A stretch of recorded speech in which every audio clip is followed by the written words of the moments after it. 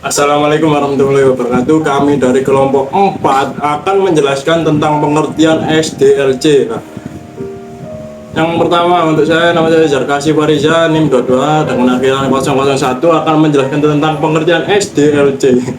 Diulangi lagi.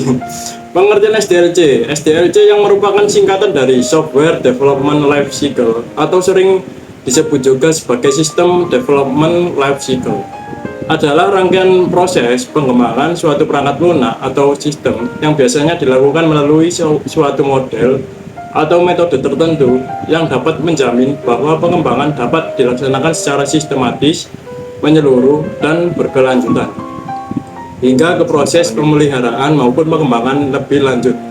Adanya proses pemeliharaan, perbaikan, dan pengembangan lebih lanjut ini adalah kunci utama dari SDLC yang menggunakan istilah life cycle atau siklus hidup. Nah, pengertian SDLC atau Software Development Life Cycle di atas senada dapat diperkuat oleh pendapat Hasanah yang berpendapat bahwa SDLC adalah proses pengembangan atau mengubah sesuatu sistem perangkat lunak dengan menggunakan atau mengubah suatu sistem perangkat lunak dengan menggunakan model-model dan metodologi yang digunakan orang untuk mengembangkan sistem perangkat lunak.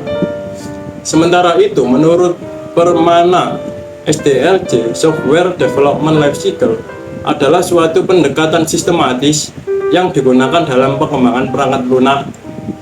Pendekatan ini membantu tim pengembangan perangkat lunak dalam mengatur proses pembuatan, pengembangan, pengujian, dan pemeliharaan perangkat lunak secara efisien dan terstruktur. Seperti dari kata kunci utama dari istilah ini, yaitu life cycle, SDLC terdiri atas beberapa rangkaian proses yang berulang-ulang secara tetap dan teratur membentuk putaran waktu atau siklus hidup yang terus-menerus dilakukan untuk keberlanjutan suatu perangkat lunak atau sistem. Beberapa siklus tersebut dapat terdiri atas rencana atau planning, analisis, desain, implementasi, dan pendistribusian, uji coba, dan yang terakhir yaitu pengelolaan atau maintenance. Apabila digambarkan, Software Development Life Cycle dapat diwakili oleh bagan seperti berikut.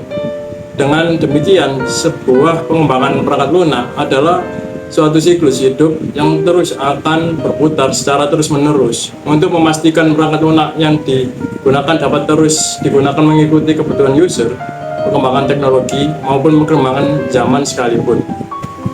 Saya Muhammad Abdul Aziz, NIM 220411100020, akan menjelaskan tujuan penggunaan SDLC. Penggunaan sistem perangkat lunak adalah kegiatan yang sangat kompleks. Proyek ini terdiri atas banyak pekerjaan yang memerlukan biaya dan sumber daya yang besar, dan merupakan kegiatan yang sangat penting dan berpengaruh besar bagi perusahaan. Kompleksitas tersebut muncul disebabkan oleh beberapa hal sebagai berikut. Suatu sistem perangkat lunak yang dikembangkan misalnya melibatkan pemangku kepentingan yang beragam dengan keinginan, kebutuhan, dan agenda yang berbeda-beda. Rumitnya struktur proses bisnis dalam organisasi di mana sistem perangkat lunak tersebut akan dikembangkan.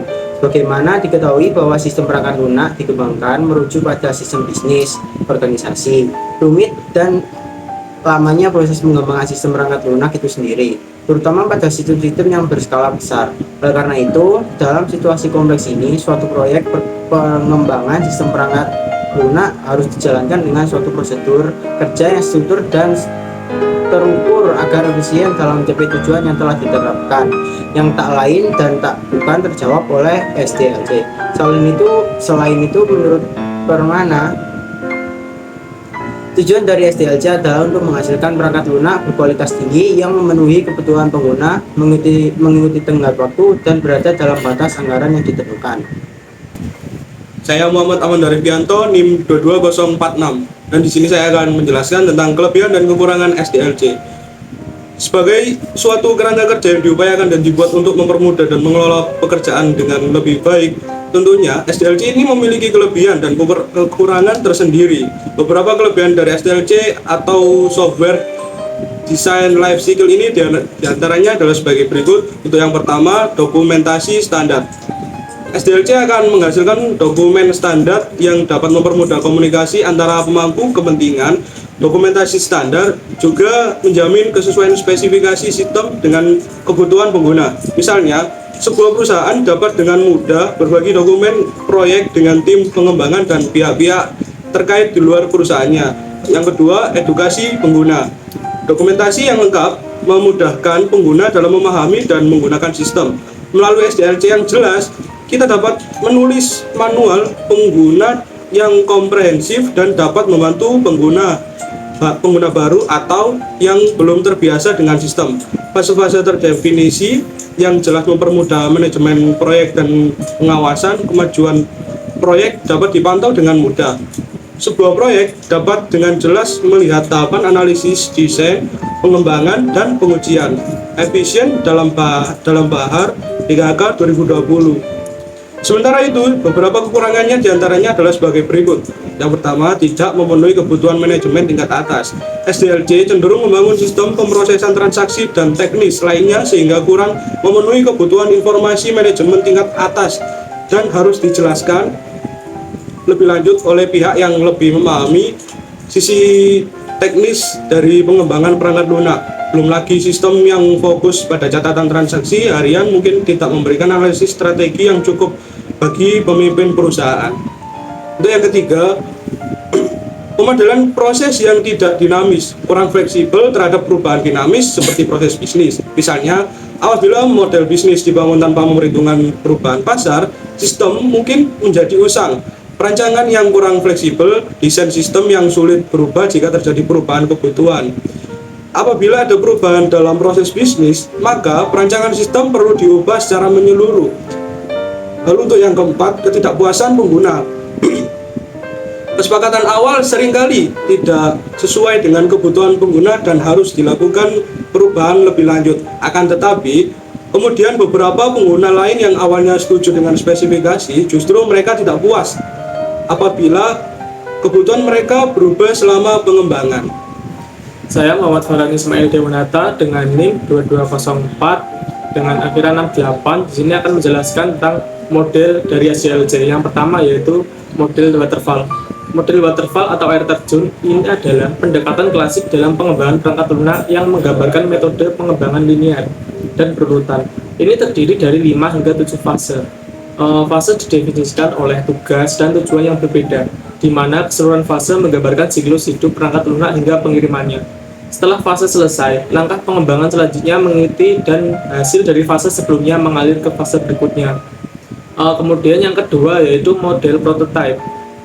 Prototyping adalah proses merancang sebuah prototype, di mana prototype sendiri adalah sebuah model dari sebuah model produk yang mungkin belum memiliki semua fitur produk sesungguhnya, namun sudah memiliki fitur-fitur utama dari produk sesungguhnya dan bisa digunakan untuk keperluan testing.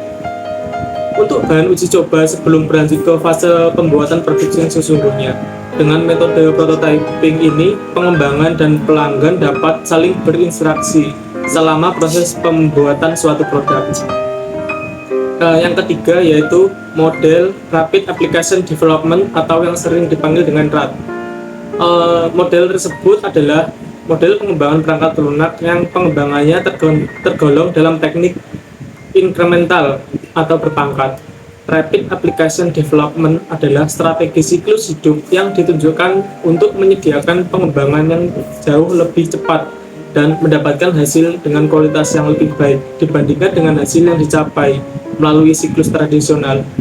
Dan yang keempat yaitu model iteratif. Metode yang merupakan pengembangan dari prototyping model dan digunakan ketika requirement dari software akan terus berkembang dalam tahapan-tahapan pengembangan aplikasi tersebut. Sedikit pengertian tentang requirement software dari developer yang diterapkan pada tahap pertama iterasi akan mendapatkan tanggapan dari user. Ketika requirement menjadi jelas, tahapan iterasi selanjutnya akan dilaksanakan.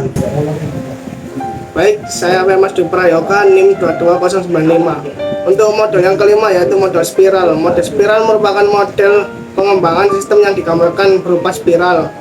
Model spiral ini tidak merepresentasikan rangkaian tahapan dengan penelusuran balik atau backtracking. Tidak ada fase-fase tahapan yang tetap seperti spesifikasi atau perancangan. Setiap untayan pada spiral menunjukkan fase software proses. Model spiral adalah model proses software yang evolusioner yang merangkai sifat iteratif dari prototip dengan cara kontrol dan aspek sistematis dari model sekuensial linear. Model pengembangan perangkat lunak dengan mode spiral memiliki dua model, prototyping dan waterfall. Model ini dikenal dengan sebutan spiral point. Selain 5 model di atas, tentunya masih banyak lagi berbagai model SDLC lainnya dan beberapa model lainnya yang penting untuk dibahas karena tengah banyak digunakan pada masa ini. Di antaranya adalah sebagai berikut. Untuk model yang keenam yaitu model Scrum. Model Scrum merupakan metode SDLC yang paling menonjol pada dekade ini. Scrum adalah kerangka kerja agil yang menawarkan pendekatan iteratif dan inkremental dengan pengembangan perangkat lunak. Keunikan dari efektivitas Scrum dalam memenuhi kebutuhan pasar yang cepat berupa menjadikannya pilihan di kalangan organisasi modern. Kerangka ini dilatar belakangi oleh kebutuhan teknologi yang berkembang menuntut pendekatan yang fleksibel, adaptif, dan efisien dalam mengelola proyek perangkat lunak. Untuk model yang ketujuh yaitu model LAN. Model LAN yaitu pendekatan LAN pada dasarnya berfokus pada pandangan manajemen yang mengedepankan eliminasi proses yang tidak perlu, serta mendorong kerjasama yang efektif antara semua pihak yang terlibat dalam setiap tahapan pengembangan, mulai dari perancangan hingga pengiriman produk akhir kepada pengguna. Saya Moh Yunus dengan NIM 220411001889. Model yang nomor 8 Dynamic System Development Method atau DSDM merupakan teknik pengembangan yang menekankan pada proses berulang dan peningkatan berkelanjutan. Selaras dengan ide dasar metodologi agil, DSDM muncul sebagai tanggapan terhadap keterbatasan yang diamati dalam metodologi sekuensial seperti air terjun dan RAD. Tujuannya adalah untuk mengintegrasikan kekuatan RAD sekaligus menggabungkan pemahaman yang komprehensif tentang pemangku kepentingan dan keterlibatan aktif mereka dalam proses pembangunan. Nomor 9, Extreme Programming. Extreme Programming adalah salah satu dari beberapa proses agil yang populer. Model ini telah terbukti sangat sukses di banyak perusahaan dengan sebagai ukuran dan industri di seluruh dunia. Model XP banyak berhasil diterapkan karena lebih menekankan pada kepuasan pelanggan atau pengguna. Keunikan pada model XP juga dapat dilihat pada siklus pengembangan yang fleksibel. Model XP memungkinkan penggunanya untuk memenuhi kebutuhan pada proses bisnis secara dinamis mengikuti perkembangan tanpa harus menunggu di waktu tertentu. Dalam Extreme Programming, pengembangan perangkat lunak diberdayakan untuk menghadapi perubahan permintaan pelanggan secara lebih optimal. Bahkan pada akhir siklus pengembangan. Nomor 10, model agil. Jika diperhatikan, banyak sekali metode SDLC yang menggunakan prinsip agil sebagai paradigma utama dalam menciptakan kerangka kerjanya. Oleh karena itu, tak heran apabila agil itu sendiri dapat menjadi suatu prinsip dasar yang dapat digunakan untuk membuat model atau metode unik tersendiri untuk membuat proses SDLC. Apalagi dengan kenyataan bahwa banyak implementasi agil seperti Scrum dianggap kurang implementatif dan terlalu kaku, apalagi jika digunakan untuk proyek-proyek yang cenderung tidak terlalu kompleks. Beberapa varian model agil yang banyak digunakan meliputi Scrum yang dikebiri berbagai kompleksitas yang diperlukannya dibuang, disisakan workflow yang vital. Sekian dari kelompok kami, kelompok 4. Kurang lebihnya mohon maaf. Wassalamualaikum warahmatullahi wabarakatuh.